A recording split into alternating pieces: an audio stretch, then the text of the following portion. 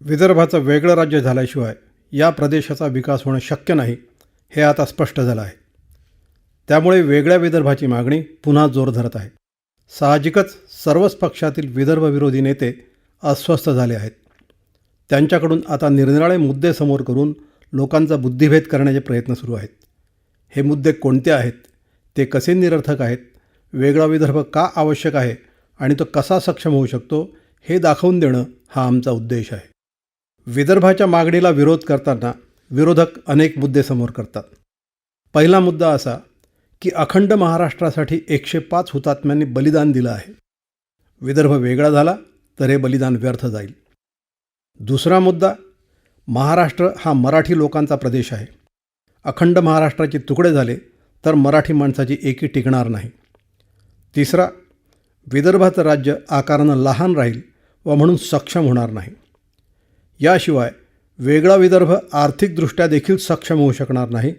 त्याला कायम केंद्राच्या मदतीवर अवलंबून राहावं लागेल. या लोकांचा अजून एक आवडता मुद्दा असा की वेगळ्या विदर्भाच्या मागणीला जनतेचं समर्थन नाही. विदर्भातीलच काही अडगळीत पडलेले नेते स्वार्थासाठी ही मागणी करतात. सर्वात खोडसाळ मुद्दा असा की विदर्भात हिंदी भाषिकांचा वरचष्मा आहे. विदर्भ वेगळा झाला तर त्याचं नेतृत्व हेच लोक करतील. सध्या बहुजनांची सत्ता असलेला हा प्रदेश हिंदी भाषिक बळकावतील. विरोधकांच्या शब्दात सांगायचं तर वेगळ्या विदर्भात शेटजी भटजींचं राज्य येईल. या सगळ्या मुद्द्यांचा आपण एक एक करून विचार करू, म्हणजे आपली दिशाभूल कशी केली जाते ते स्पष्ट होईल. पहिला मुद्दा घ्या 105 हुतात्म्यांच्या बलिदानाचा. संयुक्त महाराष्ट्रासाठी ज्या 105 हुतात्म्यांनी आपलं बलिदान दिलं त्यांच्याविषयी आम्हाला आदर आहे. पण हे बलिदान त्यांनी विदर्भासह अखंड महाराष्ट्रासाठी दिलं हे साफ खोटं आहे. 1956मध्ये स्थापन झालेल्या द्विभाषिक राज्याची विभागणी करून महाराष्ट्र आणि गुजरात अशी 2 राज्ये निर्माण करण्याचं ठरलं. पण मुंबई कोणत्या राज्याकडे जाईल यावर वाद निर्माण झाला. मुंबई महाराष्ट्राकडे राहावी या मागणीसाठी जानेवारी 1960मध्ये मुंबईत उग्र आंदोलन झालं. त्यात पोलिसांच्या गोळीबारात जे बळी पडले ते हे 105 हुतात्मे. या हुतात्म्यांच्या बलिदानाचा विदर्भाशी काहीही संबंध नव्हता. आणि हुतात्म्यांचाच विचार करायचा तर शेती परवडत नाही म्हणून आत्महत्या करणारे विदर्भातले 10,000 शेतकरीसुद्धा हुतात्मेच आहेत. कारण विदर्भाच्या संसाधनांची लूट झाल्यामुळे त्यांच्यावर आत्महत्येची पाळी आली. अखंड महाराष्ट्राचे तुकडे होऊ देणार नाही हा मुद्दा असाच गैरलागू आहे.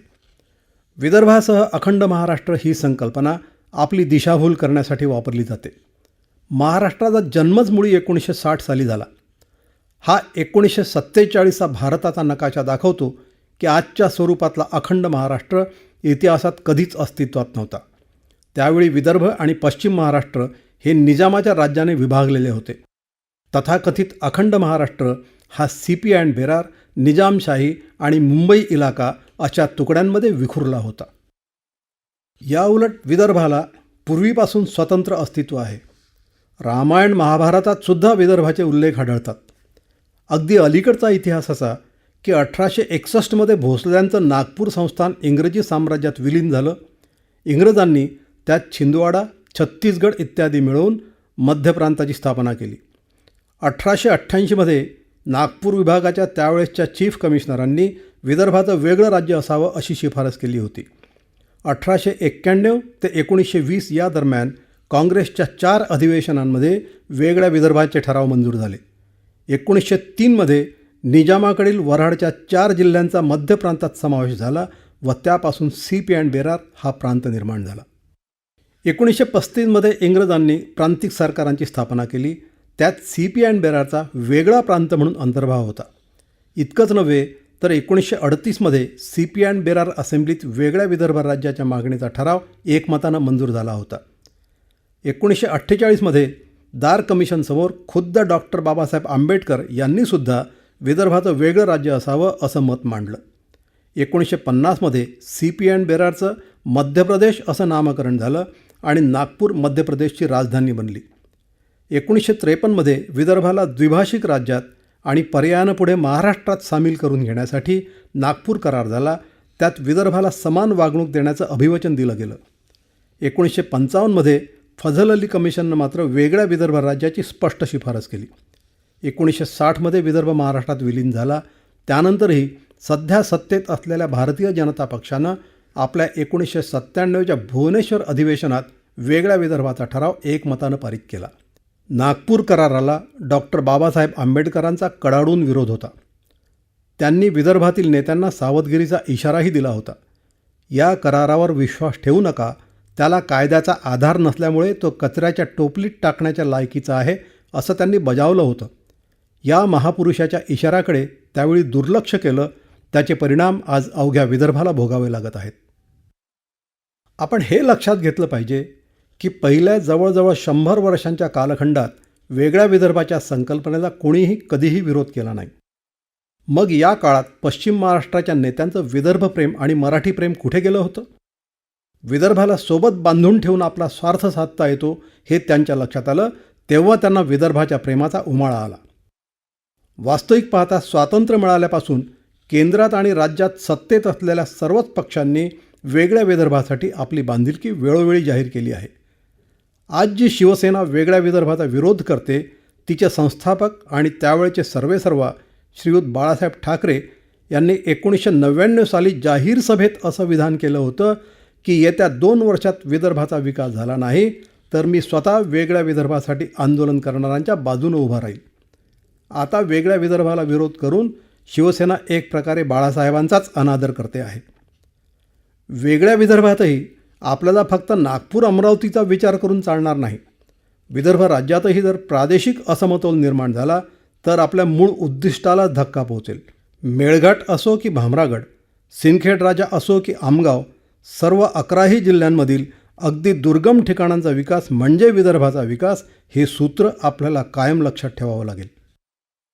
विदर्भाला ऐतिहासिकच काय, पौराणिक वारसा असूनही काल जन्माला आलेल्या महाराष्ट्रासोबत आमच्या भावनिक ऐक्याच्या गोष्टी केल्या जातात, हे हास्यास्पद आहे.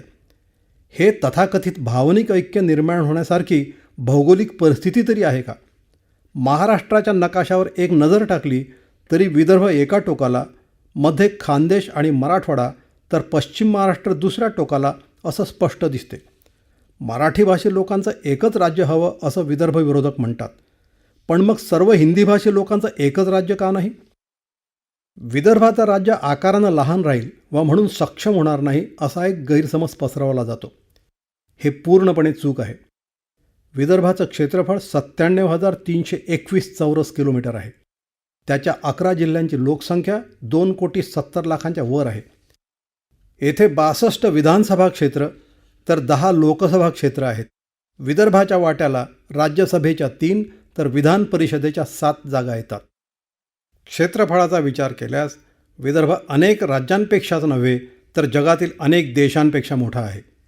हरियाणा, पंजाब, उत्तराखंड, बिहार, ओडिसा, झारखंड, छत्तीसगड, गोवा ही राज्ये विदर्भाएवढीच किंवा त्यापेक्षाही लहान आहेत.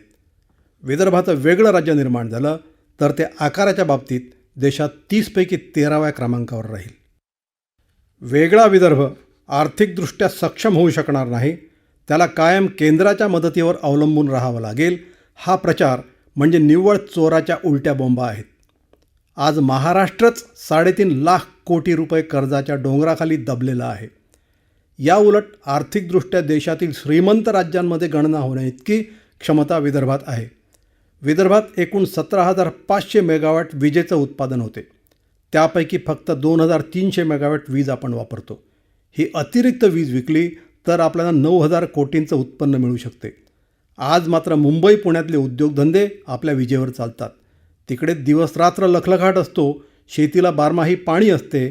आपल्या शेतीपंपांना फक्त रात्री बेरात्री आणि तीही बिनभरवशाची वीज मिळते. वीज उत्पादन आपलं असूनही आपल्याला मिळते तासनतास लोडशेडिंग आणि वरून प्रदूषण. विदर्भ खनिज उत्पादनांच्या बाबतीत अत्यंत समृद्ध आहे. राज्यातील 70% खनिज संपत्ती विदर्भात आहे.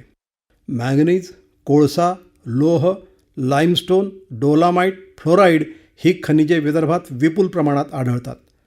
सध्या या खनिज संपत्तीचा फक्त कच्चा माल म्हणून विदर्भाबाहेर पुरवठा होतो. वेगळ्या विदर्भात केवळ वीज आणि खनिज संपत्तीपासून वर्षाला 24,000 कोटी रुपये इतकं उत्पन्न तर मिळेलच, शिवाय या दोन्ही संसाधनांचा वापर करून प्रचंड मोठ्या प्रमाणात उद्योग उभारता येतील आणि त्याद्वारे आमच्या लाखो तरुणांच्या हाताला काम देता येईल. वनांच्या बाबतीत विदर्भ विभाग राज्याच्या तुलनेत कितीतरी जास्त समृद्ध आहे. येथील वनक्षेत्र विदर्भाच्या एकूण क्षेत्राच्या 35% आहे. या तुलनेत मराठवाड्यात 3% कमी वनक्षेत्र आहे, तर उर्वरित महाराष्ट्रात ते जेमतेम 15% आहे. विदर्भातील वनक्षेत्राचा समावेश असल्यामुळे राज्याच्या वनक्षेत्राची सरासरी वाढली आहे. त्या भरवशावर केंद्राच्या अनेक योजनांचा लाभ महाराष्ट्राला मिळतो. विदर्भ वेगळा झाला तर महाराष्ट्राला हा लाभ मिळणार नाही. राज्याच्या 192 कोटी वन महसुलापैकी 173 कोटी इतका भरघोस वाटा विदर्भाचा आहे. नुसतं सागवानच नाही तर बांबू, मोहफुले, तेंदूपत्ता अशा उत्पादनांनी येथील वने समृद्ध आहेत. पण त्यांचा वापर करून आदिवासींसाठी रोजगार निर्माण करण्याचे काहीही प्रयत्न झाले नाहीत. महाराष्ट्रातील वनक्षेत्र आहे त्यापेक्षा जास्त दिसावं आणि त्याद्वारे केंद्राचा निधी लाटता यावा म्हणून विदर्भाचा फार मोठा भाग झुडपी जंगल म्हणून घोषित करण्यात आला. परिणामी येथील विकास प्रकल्प मोठ्या प्रमाणात अडले आहेत. विदर्भातील वने पर्यटनाच्या दृष्टीनंही राज्यात सर्वोत्कृष्ट आहेत. येथील वाघ पाहण्यासाठी दरवर्षी मोठ्या संख्येनं देशी विदेशी पर्यटक येतात. ताडोबा, नागझिरा, पेंच, मेळघाट आणि नवेगाव बांध ही वनपर्यटनाची प्रमुख ठिकाणं आहेत. ताडोबामध्ये दरवर्षी सुमारे 1 लाख पर्यटकांपासून 50 लाख ते 1 कोटी रुपये उत्पन्न मिळते. नागझिरामध्ये 40,000 पर्यटकांपासून 30 ते 35 लाख मिळतात. पेंचमध्ये 50,000 पर्यटकांकडून 62 ते 70 लाख रुपये मिळतात. मेळघाटमध्ये 40,000 पर्यटकांकडून 62 ते 65 लाख रुपये मिळतात आणि नवेगाव बांधमध्ये 30 ते 40,000 पर्यटकांकडून 26 ते 30 लाख रुपये मिळतात. या भागातील पर्यटनाच्या विकासाकडे लक्ष दिल्यास हे तुटपुंज उत्पन्न प्रचंड प्रमाणात वाढू शकते. विदर्भाचा कापूस हा फार पूर्वीपासून पांढरं सोनं म्हणून प्रसिद्ध आहे.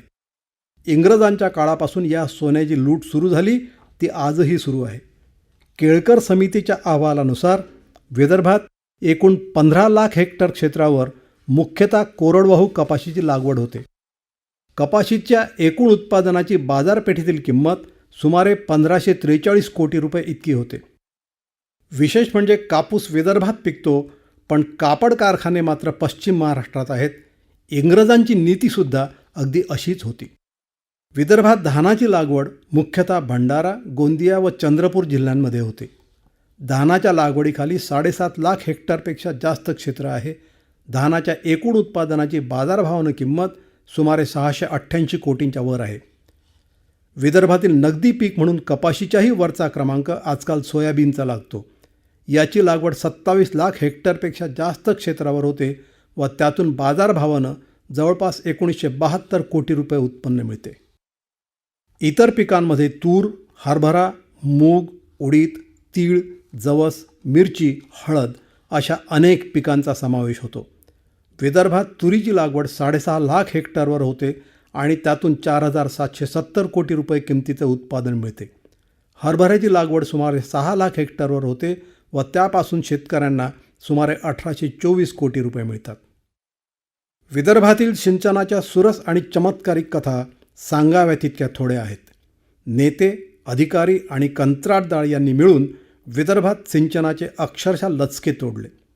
विदर्भात 1032 लाख हेक्टर सिंचन क्षमता विकसित केल्याचा सिंचन विभागाचा दावा आहे. प्रत्यक्षात सिंचन केवळ 522 लाख हेक्टर म्हणजे यापैकी फक्त 47% क्षेत्रावर झाला आहे. हा सुद्धा सरकारी आकडा आहे. जे सिंचन झालं आहे म्हणून सांगितलं जाते तेथील कालव्यांची आणि उपकालव्यांची परिस्थिती केविलवाणी आहे. याउलट पश्चिम महाराष्ट्रात 2,643 लाख हेक्टर क्षमतेपैकी 2,019 लाख हेक्टर म्हणजे सिंचन क्षमतेच्या तब्बल 72% जमीन प्रत्यक्ष सिंचनाखाली आली आहे. विदर्भ वेगळा झाल्यास सिंचनाच्या संसाधनांचा दर्जा तर सुधारेलच, शिवाय सिंचन क्षेत्रात किमान दुपटीनं वाढ होईल. सिंचनाची सोय उपलब्ध झाल्यास विदर्भातील कपाशीपासून 3,480 कोटी रुपये वाढीव उत्पन्न मिळेल. धानापासून 2,375 कोटी रुपये अतिरिक्त मिळतील. तुरीतून 5,967 कोटी रुपये, हरभऱ्यापासून 3,648 कोटी रुपये तर सोयाबीनपासून 2600 कोटी रुपये अतिरिक्त मिळतील. विदर्भ दर्जेदार संत्र्याच्या उत्पादनासाठी प्रसिद्ध आहे. इतका की येथील वरुड मोर्शी भागाला विदर्भाचा कॅलिफोर्निया असं नाव आहे. विदर्भात संत्र्याच्या लागवडीखाली 26,000 हेक्टरपेक्षा जास्त क्षेत्र असून त्यापासून 450 कोटी रुपयांचं 1,60,000 मेट्रिक टन उत्पादन मिळते. संत्र्यावर प्रक्रिया उद्योग मात्र एकही नाही. पश्चिम महाराष्ट्रात ऊस आणि द्राक्षांना जसा सरकारी आणि सहकारी वरदहस्त लाभला तसा विदर्भाच्या संत्र्याला का लाभला नाही याचं उत्तर कोणीच देत नाही. विदर्भात लागवडयोग्य जमीन 57 लाख हेक्टरच्या वर असून त्यापैकी फक्त 3.5% जमीन फलोत्पादनाखाली आहे. मराठवाड्यात तर ती केवळ 1.25% आहे. पश्चिम महाराष्ट्रात मात्र 7% वर म्हणजे विदर्भापेक्षा जवळपास दुप्पट जमीन फलोत्पादनाखाली आहे. मत्स्य व्यवसायाच्या विकासासाठी विदर्भात भरपूर संधी आहे. येथे गोड्या पाण्यातून होणारं मासळीचं उत्पादन सरासरी 70,000 टन आहे. शासकीय मदत व सुविधा मिळाल्यास त्यात दुपटीनं वाढ होऊ शकते. 2012-13च्या आकडेवारीनुसार विदर्भात मासळीचं उत्पादन सुमारे 71,000 टन, मराठवाड्यात 25,500 टन तर उर्वरित महाराष्ट्रात 48,000 टन होतं. गेल्या 15 वर्षात मराठवाडा आणि उर्वरित महाराष्ट्रातील मत्स्य उत्पादनात घसघशीत वाढ झाली तर विदर्भातील उत्पादनात मात्र घट झाली. विदर्भातील काही निवडक पिकं, वनसंपत्ती, पर्यटन, वीज, खनिज संपत्ती इत्यादी माध्यमातून राज्याला सुमारे 38,500 कोटींचं उत्पन्न मिळते. यात विविध करांच्या रूपानं जाणाऱ्या निधीचा समावेश नाही. तसंच ज्वारी, बाजरी, उडीद, मूग, भुईमूग, जवस, तीळ, मिरची, हळद यासारख्या पिकांचाही यात समावेश नाही. या सगळ्यांचा हिशेब काढला तर हा आकडा सहज 50,000 कोटींच्या वर जातो. हे सध्याचं उत्पन्न आहे. विकसित विदर्भात हे उत्पन्न 1,00,000 कोटींच्या वर जाऊ शकते. वास्तविक नागपूर कराराप्रमाणे विदर्भाला लोकसंख्येच्या प्रमाणात म्हणजे अर्थसंकल्पाच्या 23% वाटा मिळाला हवा. याऐवजी राज्य सरकारकडून जेमतेम 25,000 कोटींचा वाटा विदर्भाला मिळतो आणि 23% कितीतरी कमी असलेला हा निधीसुद्धा खर्च न होता पळवून कसा नेता येईल यासाठी डावपेच आखले जातात. महाराष्ट्र राज्याच्या स्थापनेपासून ही लूट अखंड सुरू आहे. वेगळ्या विदर्भाच्या मागणीला जनसमर्थन नाही असा प्रचार करणाऱ्यांना डिसेंबर 2013मधील नागपूरच्या जनमत चाचणीनं जबरदस्त चपराक दिली आहे. जनमंचनं आयोजित केलेल्या या मतदानात तब्बल 6 लाख लोकांनी दिवसभर चौकात रांगा लावून मतदान केलं. यातील 96.4% लोकांनी स्वतंत्र विदर्भाच्या बाजूनं कौल दिला. त्याच दरम्यान अमरावती, चंद्रपूर, यवतमाळ इत्यादी ठिकाणी झालेल्या जनमत चाचणीतही लोकांनी कमी जास्त प्रमाणात असाच कौल दिला. जनमंचनं सप्टेंबर 2014मध्ये आयोजित केलेल्या चिंदखेड राजा ते दीक्षाभूमी जनजागरण कार रॅलीला अभूतपूर्व प्रतिसाद मिळाला. त्यापूर्वी 2010मध्ये स्वतंत्र विदर्भाच्या समर्थनासाठी संपूर्ण विदर्भात कडकडीत बंद पाळला गेला. इतकं उघड आणि प्रचंड जनसमर्थन असूनही विरोधक जर रेटून खोटं बोलत असतील तर हा निर्लज्जपणाचा कळसच म्हणावा लागेल. स्वतंत्र विदर्भाच्या नावावर निवडणुकीत मतं मिळत नाहीत हे खरं आहे, पण त्याची कारणं वेगळी आहेत आणि विरोधकांनाही ती माहीत आहेत. विदर्भ वेगळा झाला तर येथील सत्ता हिंदी भाषिकांच्या हातात जाईल अशी भीती विदर्भ विरोधक दाखवतात. विदर्भातील अनेक नेते देखील सत्ता जाण्याच्या भीतीनं असा प्रचार करतात. येथे हे लक्षात घेणं आवश्यक आहे की नागपूर ही मुळात हिंदी भाषी प्रदेशाचीच राजधानी होती. विदर्भात हिंदी मराठी लोक पूर्वीपासून गुण्यागोविंदानं एकत्र राहतात. विशेष म्हणजे विदर्भाच्या विकासात हिंदी भाषी लोकांचं फार मोठं योगदान आजपर्यंत लाभलं आहे, अजूनही लाभते आहे. त्यांना अथवा ब्राह्मण समाजाला शेटजी भटजी म्हणून हिणवणं हा विदर्भ विरोधकांचा आणि येथीलच काही सत्तालोलूप नेत्यांचा खोडसाळपणा आहे. दलित आणि मुस्लिमही येथे मोठ्या प्रमाणात आहेत आणि ते समाजाच्या मुख्य प्रवाहाचा भाग आहेत. जातीय द्वेषाची विकृती वैदर्भीयांच्या डोक्यात नाही. आमची भांडणं लावून आपली पोळी शेकण्याचा प्रयत्न राजकारणी लोकांनी करू नये. खरं म्हणजे सर्वसामान्य माणसाच्या दृष्टीनं सत्ता कोणाच्या हाती आहे हे महत्त्वाचं नसते. तिचा वापर लोकांच्या कल्याणासाठी होतो आहे की सत्ताधाऱ्यांची घरं भरण्यासाठी होतो आहे हे महत्त्वाचं असते. महाराष्ट्रात विदर्भाला आकसाची वागणूक कशी मिळते हे रोजगाराच्या बाबतीत सर्वात ठळकपणे दिसून येते. 23% लोकसंख्या असलेल्या विदर्भाला सरकारी नोकऱ्यांमध्ये लोकसंख्येच्या प्रमाणात वाटा मिळेल असं अभिवचन देण्यात आलं होतं. त्या आश्वासनाला अत्यंत बेमुरवतखोरपणे कचऱ्याच्या टोपलीत टाकलं गेलं आहे. उदाहरणार्थ 2010 ते 2013 या काळात नायब तहसीलदार ते उपजिल्हाधिकारी पदासाठी निवडल्या गेलेल्या 1123 उमेदवारांमध्ये तब्बल 566 म्हणजे 50% जास्त उमेदवार एकट्या पुणे विभागाचे होते. नाशिकच्या वाट्याला 113 म्हणजे 10% जेमतेम, कोकणच्या वाट्याला 72 म्हणजे जेमतेम 6.5%, औरंगाबादच्या वाट्याला 261 म्हणजे 23%, अमरावतीच्या वाट्याला 81 म्हणजे 7%, तर नागपूरच्या वाट्याला फक्त 30 म्हणजे जवळजवळ 2.25% जागाच आल्या. याच काळात भरलेल्या पोलीस सब इन्स्पेक्टरच्या जागांचा अनुभवही असाच आहे. एकूण 3168 जागांपैकी 1609 म्हणजे 51% जागा एकट्या पुणे विभागानं लाटल्या. नाशिकला 427 म्हणजे 13%, कोकणला 168 म्हणजे 5%, औरंगाबादला 591 म्हणजे 19%, अमरावतीला 251 म्हणजे 8% आणि नागपूरला फक्त 122 म्हणजे 4% जागा मिळाल्या. ही नुसती वानगीदाखल 2 उदाहरणं झाली. प्रत्येक क्षेत्रातल्या सरकारी नोकर भरतीबाबत असाच प्रकार सुरू आहे. आज विदर्भात मोक्याच्या ठिकाणी बसलेले अनेक लहान मोठे अधिकारी कर्मचारी मूळचे पश्चिम महाराष्ट्राचे आहेत हा योगायोग नाही. महाराष्ट्रात एकूण 43,371 औद्योगिक प्रकल्प आहेत. त्यामध्ये 1,31,448 कोटींची गुंतवणूक आहे व त्याद्वारे 11.72 लाख रोजगार निर्माण झाले आहेत. यात एकट्या पुणे विभागात 11,067 प्रकल्प आहेत. त्यात 53,948 कोटींची गुंतवणूक आहे आणि त्यातून 4,38,000 लोकांना रोजगार मिळतो. याउलट अमरावती विभागात 1937 प्रकल्प आहेत. त्यात 6,208 कोटींची गुंतवणूक आहे आणि फक्त 26,000 रोजगार आहेत.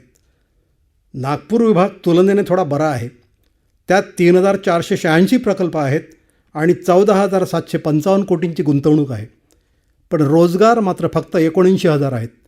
विदर्भ वेगळा झाला तर ही सापत्न वागणूक संपुष्टात येईल आणि येथील उद्योगांची भरभराट होईल. विदर्भ जर वेगळा झाला तर वीज उत्पादनाचे प्रति युनिट दरही इतर राज्यांच्या तुलनेत अतिशय कमी राहतील. आज महाराष्ट्रात विजेचे दर निम्न दाबासाठी ₹7.68 तर उच्च दाबासाठी ₹8.50 असे आहेत.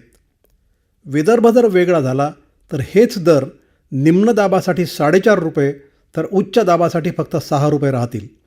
वेगळ्या विदर्भात वीज इतकी स्वस्त मिळाली तर देश विदेशातले कारखानदार इकडे धाव घेतील आणि विकासाचं चक्र गतिमान होईल. रोजगाराच्या संधी फार मोठ्या प्रमाणात उपलब्ध होतील. येथील तरुण वर्गाला आपापल्या क्षमतेप्रमाणे रोजगार येथेच उपलब्ध होईल.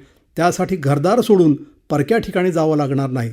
शेतीतून उत्पादित होणाऱ्या कच्च्या मालावर प्रक्रिया करणारे उद्योग उभे राहतील. त्यामुळे शेतकऱ्यांना न्याय मिळेल. विदर्भातून दरवर्षी सुमारे 1 ते 1.5 लाख मुले-मुली शिक्षण, रोजगार वा अन्य कारणांनी पश्चिम महाराष्ट्रात स्थलांतरण करतात. त्यामुळे विदर्भ हा केवळ वृद्धांचा प्रदेश बनण्याच्या मार्गावर आहे. विदर्भाचं वेगळं राज्य झाल्यास शिक्षण व रोजगारासाठी होणारं स्थलांतरण थांबेल.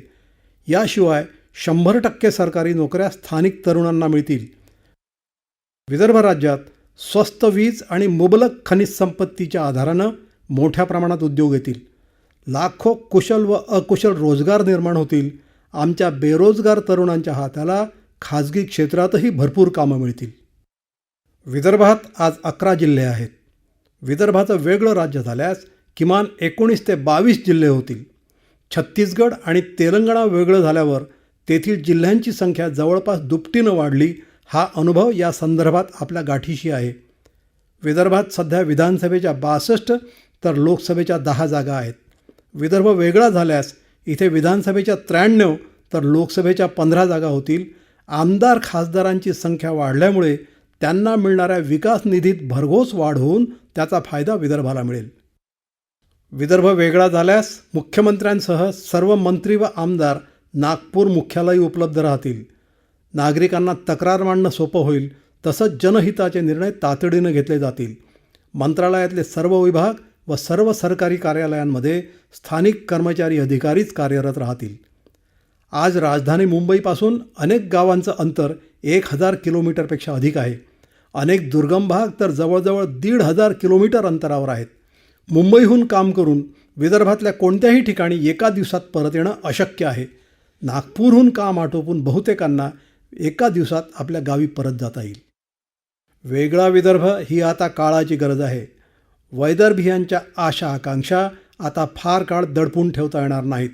आता विदर्भाचं राज्य वेगळं करून आमच्या विकासाचा मार्ग मोकळा केला नाही तर सत्ताधारी पक्षाला त्याची जबर किंमत मोजावी लागेल यात शंका नाही.